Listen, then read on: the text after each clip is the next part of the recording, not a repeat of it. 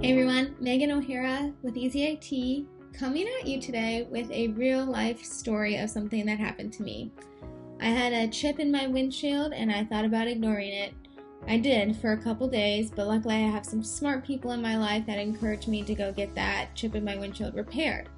It was about $80, they came right to my house, and if I would have had to have the entire windshield replaced, it would have been $900. You're probably wondering, why on earth am I telling you this story? Well, I see the same thing in IT.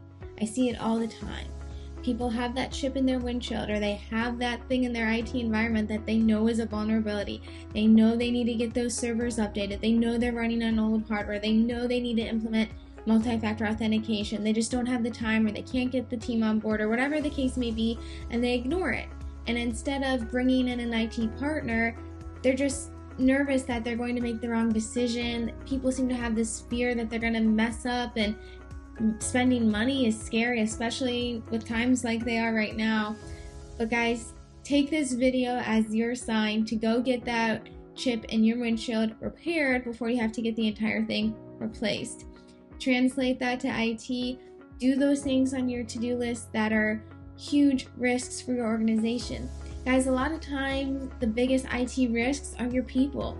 Educate them. Have them get two-factor authentication. Do the simple things that have very low cost, if any cost to them at all. Start there.